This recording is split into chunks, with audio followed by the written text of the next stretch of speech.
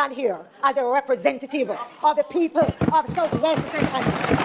What that means is that many of us who are sitting in these hollow chambers, in this house, are only here because there were individuals who dared to buck the system. So I want to talk a little bit about what this dignity and inclusivity means. We are descendants of Nanny of the Maroons.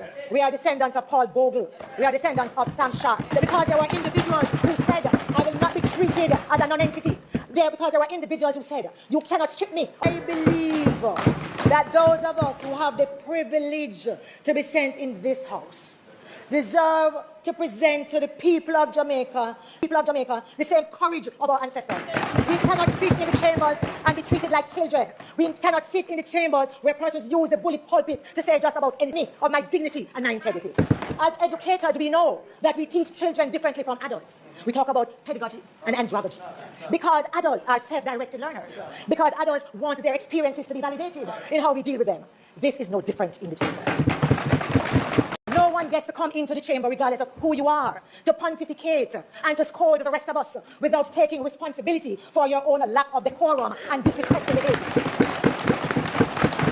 Granted, I have never been a submissive female. It's too late for me to be that now. It's too late for me to be that now. So you will not get a submissive Angela in the chambers. No. However, I respect my colleagues. But there's a line I draw. If I come before you and every day you disrespect me, that's right. Them say one day the bucket, what am I going to drop out?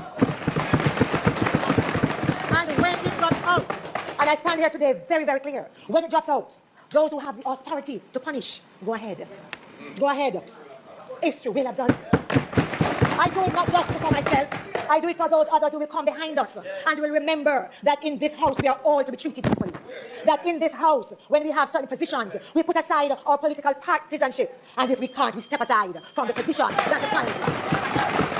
I am very clear. I have dropped a lot of what I had prepared to speak today because I believe that this is important. I believe this goes to the heart of our democracy. Democracy is not just about you wielding a sword. It is also about how you reach across the aisle and make accommodations and come to decisions to the benefit of all.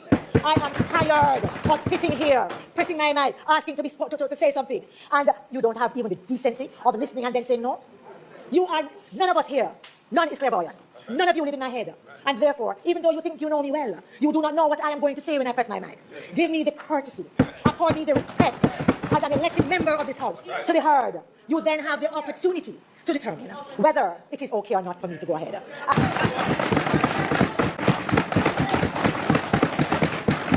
I come from the traditions of Portia Lucretia.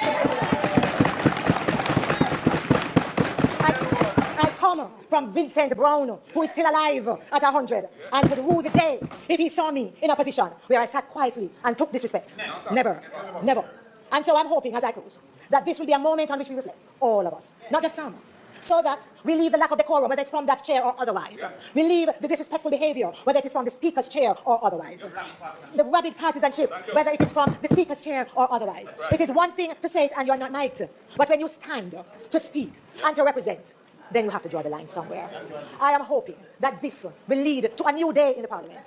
I want to see it because I would like to be able to sit comfortably, to banter with my colleagues here and on the other side, to disagree with a laughter still on my face, and to agree respectfully, and to agree when that is what it requires.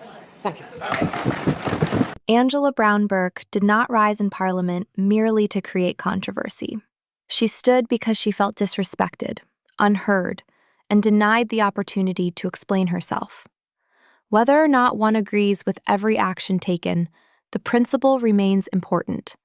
No elected representative should feel silenced before being allowed to speak. When she said, "None is clairvoyant, none of you live in my head," she made a powerful point.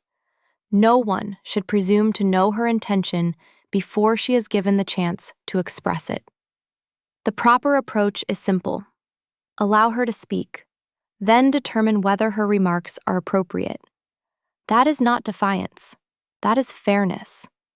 Dr. Brown Burke reminded Parliament that dignity and respect must remain central to democracy. Rules and authority are necessary, but they must be applied with fairness and balance. A Parliament cannot demand order while ignoring the need for mutual respect. Her reference to Nanny of the Maroons, Paul Bogle, and Sam Sharp was also significant. She was reminding the House that Jamaica's democratic tradition was shaped by people who challenged injustice and refused to be treated as insignificant. So yes, Parliament must maintain discipline, but discipline must never come at the expense of dignity.